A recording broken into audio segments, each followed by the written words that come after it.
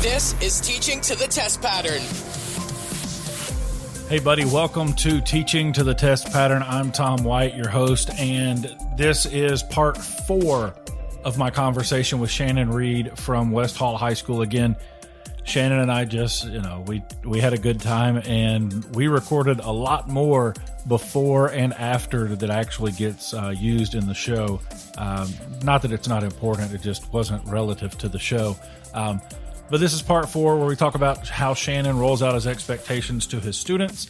We talk about what's next for his program, where he's talking about NDI. We also give a big shout out to a good friend of ours at Marietta High School and some of the stuff that he's doing with NDI, and just kind of gives and the other thing that's important about this one is Shannon talks about some of the stuff that he's getting from his students during this time of shelter in place and isolation and, that kind of stuff. And I have a couple anecdotes of students who are giving me some pretty bad excuses on why they can't get me stuff.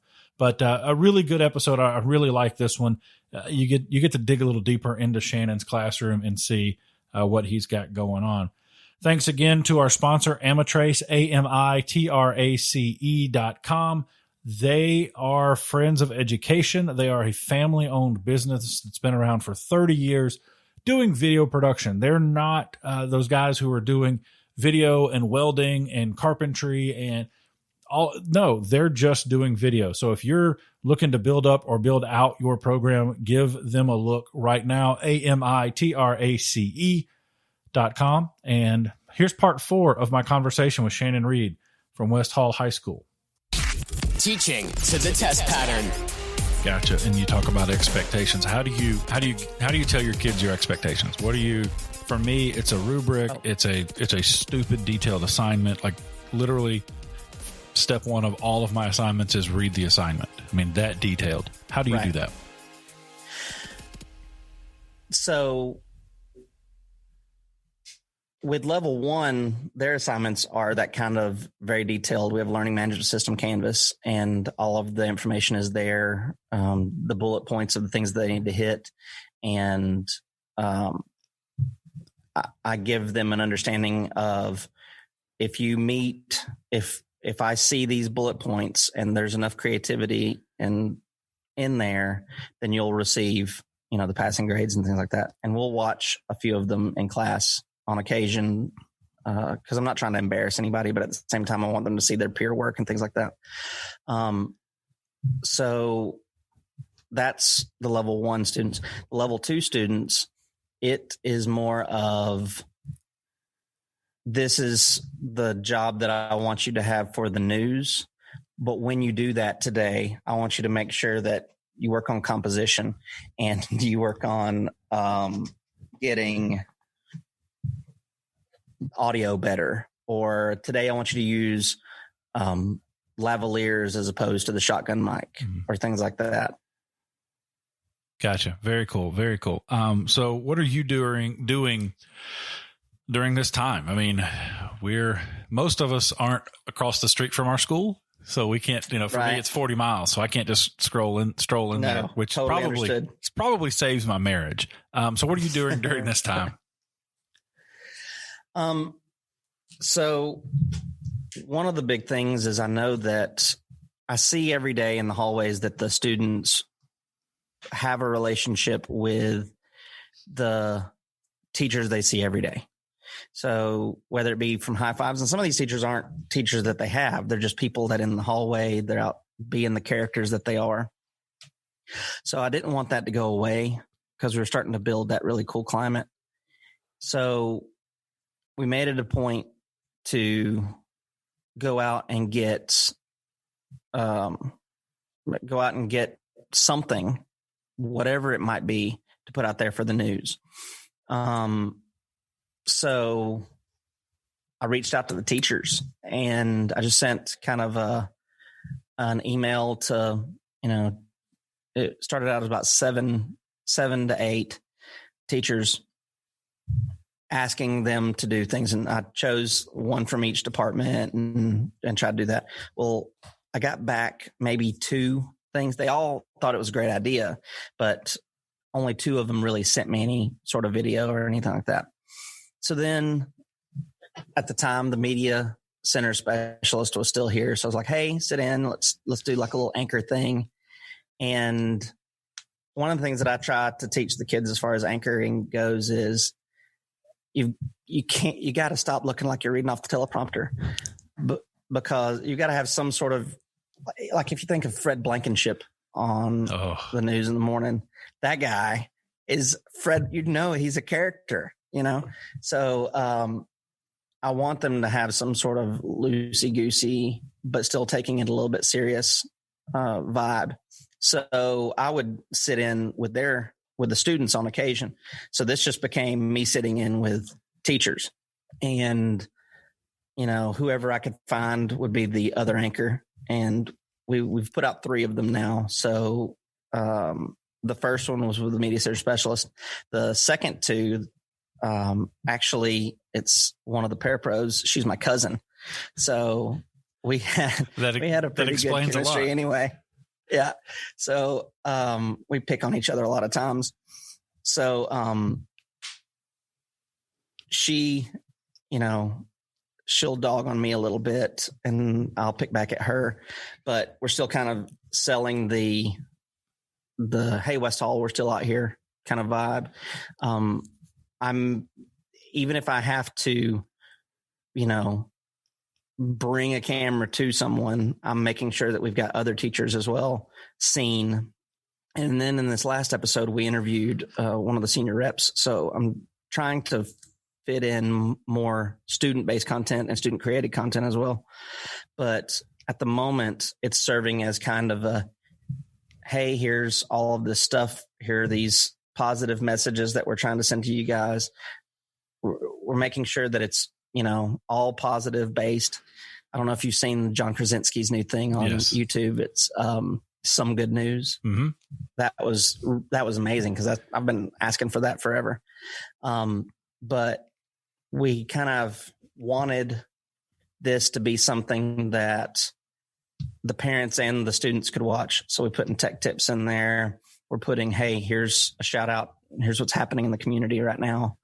And hey, here's these teachers, outside of their comfort zone doing stuff. So very cool. Yeah. One of the things that I'm trying to do in our show still is at least one good news segment. I'm going to the goodnewsnetwork.com or something like that and trying to find stuff. And then, segueing into, the next thing for you, my kids have a daily assignment and they have options. There's 5 options, and one of them is to write 2 30-second scripts. So I've been cherry picking those, especially the more positive ones. Every day there's such and such divorce, such and such is baby sick, yada, yada, yada. Right. But then I find the good ones and drop them into the show. What are your kids doing during this time? So right now, we're finishing up a Georgia Best module of soft skills that we were doing. Each week, those students have a video diary that they also have to put forward. So that's kind of their video aspect of everything. We finished that Georgia Best stuff after this week, so there'll be more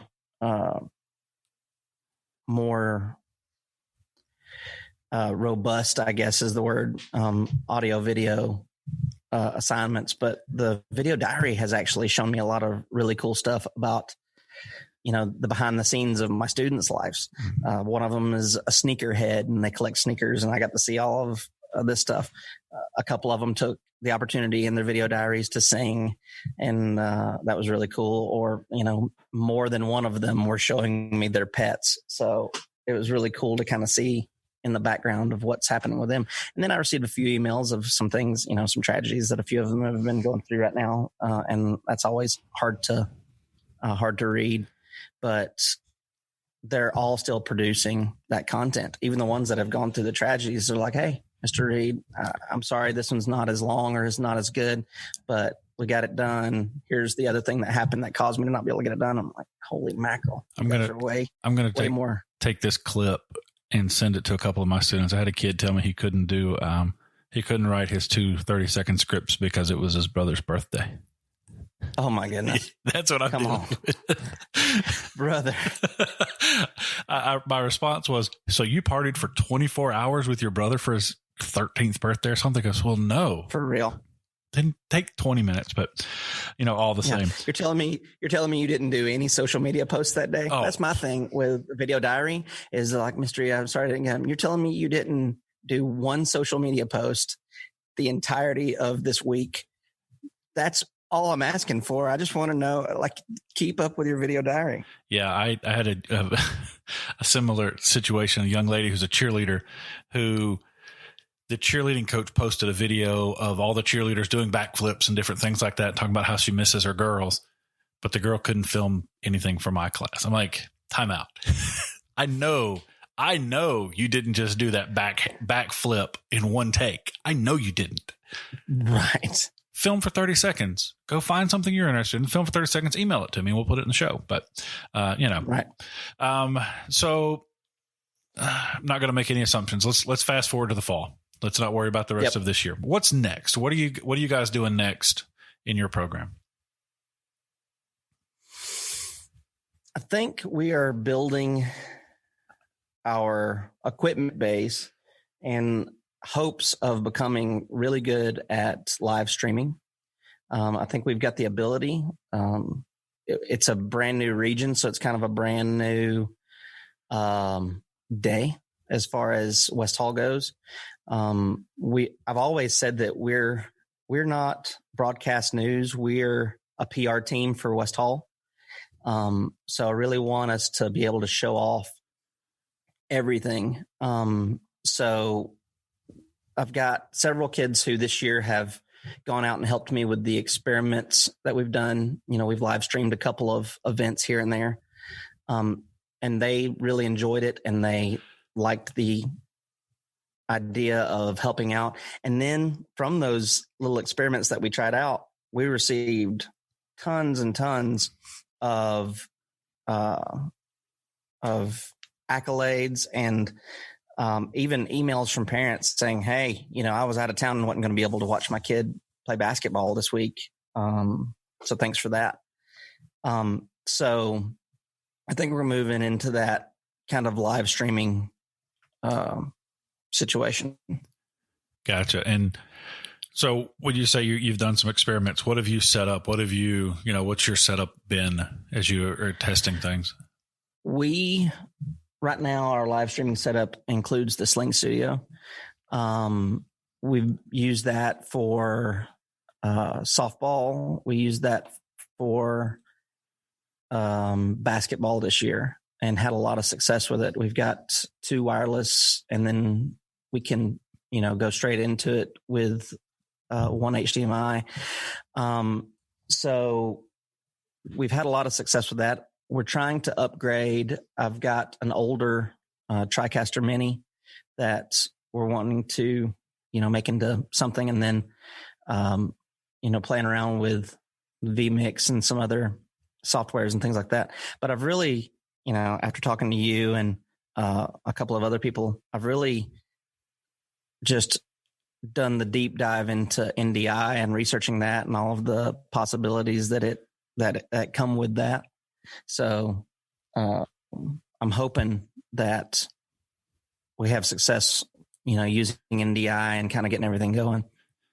Yeah, I think NDI is for education. It may not be so much for the pros, but for education, it's a game changer. We have the networks, or we have the networks that can carry the bandwidth. It's just a matter of making that jump.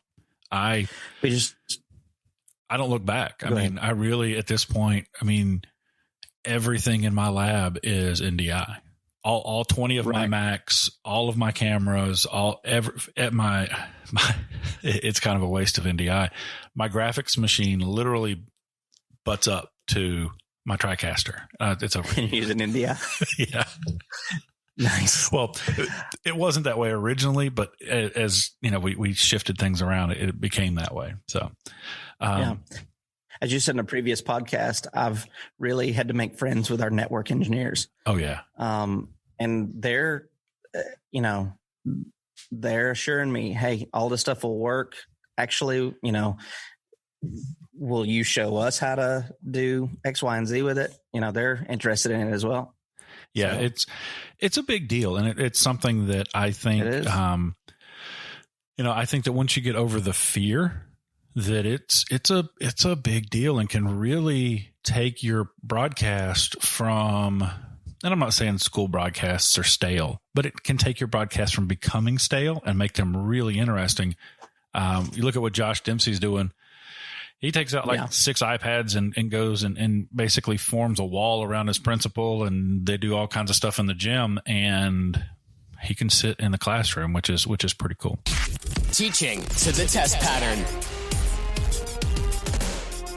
When I say Josh was sitting in the classroom, I don't mean the just sitting around doing nothing. I meant that his production people and it could stay in the classroom while his camera people went out and did things. So please don't read into that Josh is lazy at school. He's not. He's a hard worker. Thank you so much for downloading and listening to this episode. A couple more, I think, maybe one more episode coming down the pipe with Shannon. Like I said, as soon as we connected, I was smart enough to hit record. Probably the first 90% of the first episode of this conversation was before I even introduced Shannon to you. But it was a great conversation, great guy. Starting to do some really, really big things up there in Gainesville. It's north of Atlanta, north of Athens, Georgia. Pretty good sized community, interesting community in terms of dynamic, where you have some of the affluency of North Atlanta, but then you get into the mountainous regions and more rural area there. So pretty cool getting to that aspect from Shannon. So thank you so much for listening. Thank you so much for our sponsor, Amatrace, AMITRACE.com. Go give them a look. They support us. They make sure that we are on the air and have equipment and can pay for the hosting and all of those things. So definitely make sure that you reach out to them, AMITRACE.com. Thank you so much for listening. Have a great day. And as always, go make some awesome. Teaching to the test pattern.